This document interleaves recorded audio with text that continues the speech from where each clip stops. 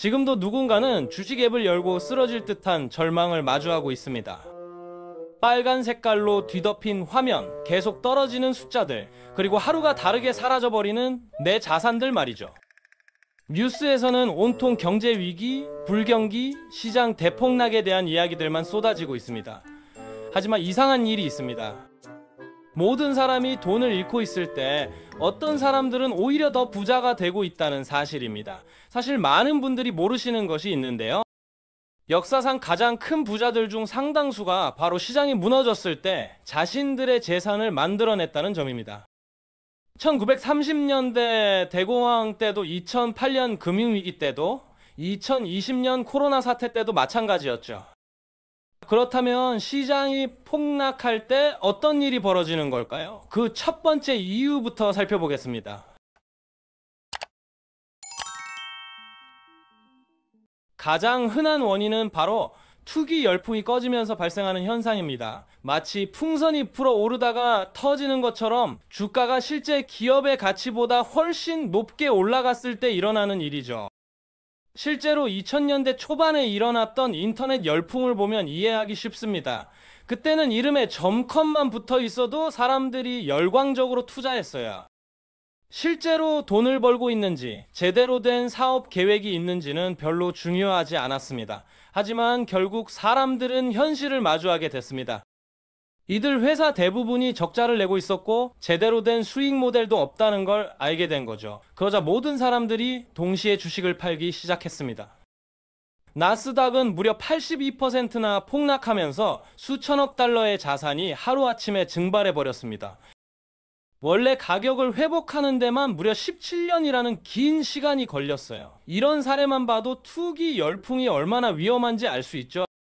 두 번째 원인은 경제 전체가 나빠지면서 생기는 문제들입니다. 물가가 너무 많이 올라서 음식값이나 집세가 비싸지면 사람들은 자연스럽게 지출을 줄이게 되죠. 그러면 기업들의 매출이 줄어들고 수익도 떨어지게 됩니다. 이런 상황이 계속되면 경제 전체가 악순환에 빠지게 됩니다. 기업들이 돈을 못 벌면 직원들을 해고하게 되고, 실업자가 늘어나면 사람들이 더욱 소비를 줄이게 되죠. 그러면 기업들의 상황은 더욱 악화되고 불황이 깊어집니다. 때로는 정부나 중앙은행의 정책 때문에 시장이 요동치기도 합니다. 예를 들어 물가 상승률이 너무 높아서 인플레이션을 잡아야 할 상황이 되면 중앙은행은 금리를 올려서 돈을 빌리는 비용을 높입니다. 그러면 기업들이 사업 확장을 위해 돈을 빌리기가 어려워지죠. 개인들도 대출을 받아서 뭔가를 사기보다는 은행에 돈을 저축하는 쪽을 선택하게 되고, 전체적으로 경제 활동이 위축되면서 주가도 함께 떨어지게 됩니다. 세 번째는 누구도 예상하지 못했던 갑작스러운 사건들 때문에 생기는 폭락입니다. 전쟁이 터지거나 대규모 전염병이 퍼지거나 테러 공격이 일어나거나 거대 기업의 회계 조작이 발각되는 것 같은 일들이죠. 가장 기억에 새로운 사례가 바로 2020년 코로나19 사태입니다. 2019년 말까지만 해도 아무도 전 세계가 몇 달 동안 문을 걸어 잠그고 경제 활동을 완전히 중단하게 될 거라고는 상상하지 못했어요.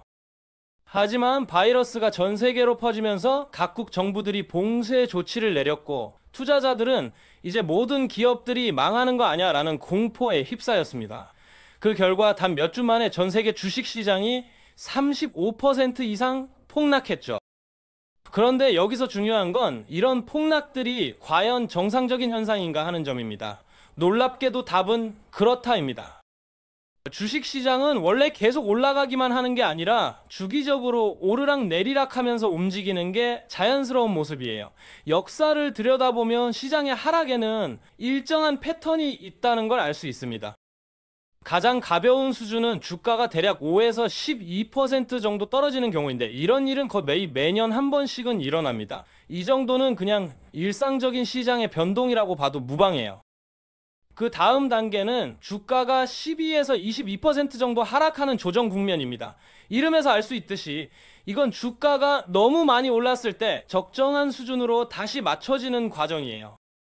보통 1에서 3년마다 한 번씩 이런 일이 발생합니다. 더 심각한 건 주가가 22에서 45% 정도 떨어지는 약세장입니다. 이런 상황은 대개 5에서 7년마다 찾아오는데, 주로 경기 침체나 대폭적인 금리 인상 같은 큰 경제적 변화 때문에 발생하죠.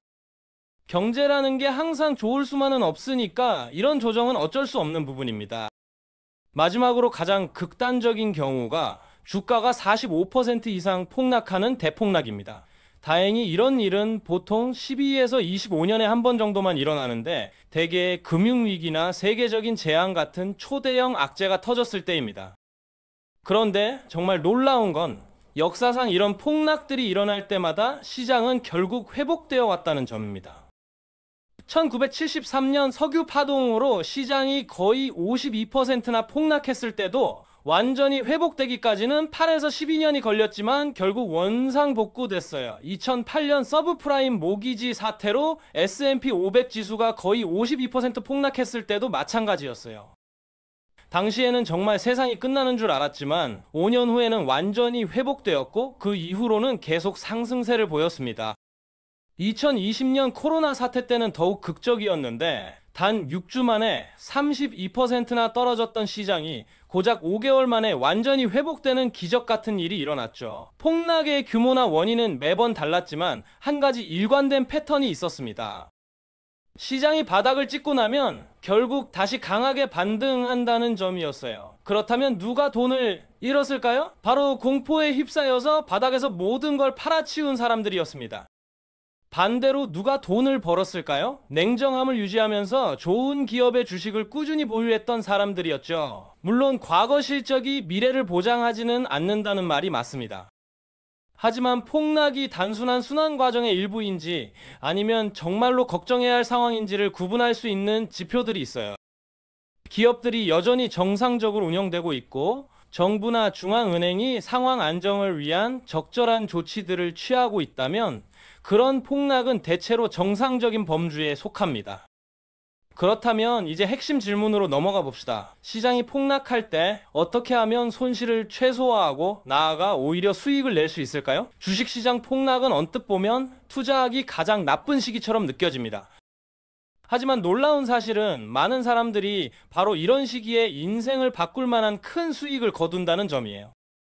현명한 투자자들에게 시장 붕괴는 장기적인 부를 쌓을 수 있는 최고의 기회 중 하나입니다. 워렌 피시 했던 유명한 말이 있죠. 남들이 무서워할 때 욕심을 내라. 가장 흔한 실수 중 하나는 공포에 휩싸여서 모든 걸 팔아치우는 것입니다. 포트폴리오가 온통 빨간색으로 변하는 걸 보면 더 떨어지기 전에 어서 빨리 손절하고 싶은 마음이 굴뚝 같죠. 하지만 여기서 중요한 사실 하나를 기억해야 합니다. 실제로 팔지 않는 한 손실은 종이 위의 숫자일 뿐이라는 점입니다. 주가가 떨어져도 회사 자체가 망한 게 아니라면 다시 올라갈 가능성은 여전히 남아 있어요. 하지만 손해를 보는 가격에 팔아버리는 순간 그 손실은 현실이 되어버립니다. 또 다른 흔한 실수는 바닥을 정확히 맞춰서 사려고 하는 것입니다. 많은 투자자들이 폭락의 가장 낮은 지점을 예측해서 그 완벽한 순간에 매수하려고 기다립니다. 하지만 문제는 그 최저점을 과연 누가 정확히 알 수 있느냐는 거예요. 타이밍을 맞추려고 애쓰는 대신 달러 코스트 에버리징 DCA 전략을 사용하는 게 훨씬 현명합니다.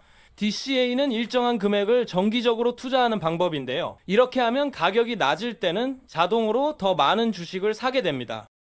세 번째로 조심해야 할 실수는 단순히 가격이 싸다는 이유만으로 질 나쁜 주식을 사는 것입니다. 시장이 폭락하면 모든 게 저렴해 보여서 닥치는 대로 사고 싶은 유혹이 생깁니다. 하지만 모든 회사가 회복되는 건 아니에요. 일부 기업들은 아예 망해버리고 그 주식은 영원히 회복되지 않습니다. 그렇기 때문에 부채가 적고 수익 구조가 탄탄하며 과거에도 어려운 시기를 잘 견뎌냈고 미래 전망이 밝은 우량 기업들에 집중하는 것이 핵심입니다. 실제 사례를 들어보면 2008년 금융위기 이전에 아마존 주가는 주당 95달러 수준이었습니다. 만약 1000달러를 투자한다면 고작 10주 정도밖에 살 수 없었어요. 하지만 폭락이 일어났을 때 아마존 주가는 주당 38달러까지 떨어졌습니다. 이제 같은 1000달러로 26주를 살 수 있게 된 거죠. 만약 여러분이 충분한 조사를 통해 아마존이 훌륭한 미래 전망을 가진 탄탄한 기업이라고 판단했다면 그 가격에 아마존 주식을 매수할 수 있었을 겁니다. 몇 년 후 아마존은 완전히 회복되어 급상승했고 2021년에는 주당 3,200달러를 넘어섰어요. 네 번째 실수는 분산 투자를 하지 않는 것입니다. 일부 투자자들은 모든 돈을 한 종목이나 한 분야에 몰아주는데 그게 확실한 투자라고 생각하기 때문이에요. 하지만 경제가 어려워지면 어떤 산업은 다른 산업보다 훨씬 큰 타격을 받습니다. 똑똑한 투자자들은 기술, 헬스케어, 생필품, 유틸리티 등 여러 분야에 투자를 나누어서 한 분야가 어려워져도 다른 분야가 손실을 메워줄 수 있도록 합니다. 개별 주식을 고르기 어렵다면 ETF나 인덱스 펀드를 고려해보세요. 마지막 실수는 FOMO, 즉 놓치는 것에 대한 두려움 때문에 생기는 문제입니다. 공포가 퍼지면 사람들은 다른 사람들이 하는 행동을 맹목적으로 따라합니다. 모든 사람이 팔고 있으면 나도 팔고, 뉴스에서 세상이 망한다고 하면 그걸 그대로 믿어버리죠. 하지만 벤자민 그레이엄이나 피터 린치 같은 전설적인 투자자들조차도, 심지어 월스트리트의 전문가들조차도 시장을 완벽하게 예측할 수는 없다고 했습니다. 그러니까 직접 공부해서 자신이 무엇에 투자하는지 제대로 이해하려고 노력해야 해요. 결론적으로 주식시장 폭락은 무서워 보이지만 사실은 자연스러운 순환의 일부입니다. 역사적으로 미국 주식시장은 폭락 이후에도 항상 회복되어 왔고 심지어 새로운 최고점을 경신하기도 했어요. 미래를 완벽하게 예측할 수 있는 사람은 아무도 없습니다. 하지만 과거의 패턴을 보면 경제 전체가 붕괴되지 않는 한 회복 가능성이 높다는 걸 알 수 있습니다. 폭락에서 살아남아 수익까지 얻는 비결은 냉정함을 유지하고 공황 매도를 피하고 철저한 리서치를 바탕으로 할인된 가격에 우량주를 매수하는 것입니다. 공포에 휩싸여 파는 사람들은 손해를 보지만 현명한 투자자들은 폭락을 최대의 기회로 바꿔냅니다.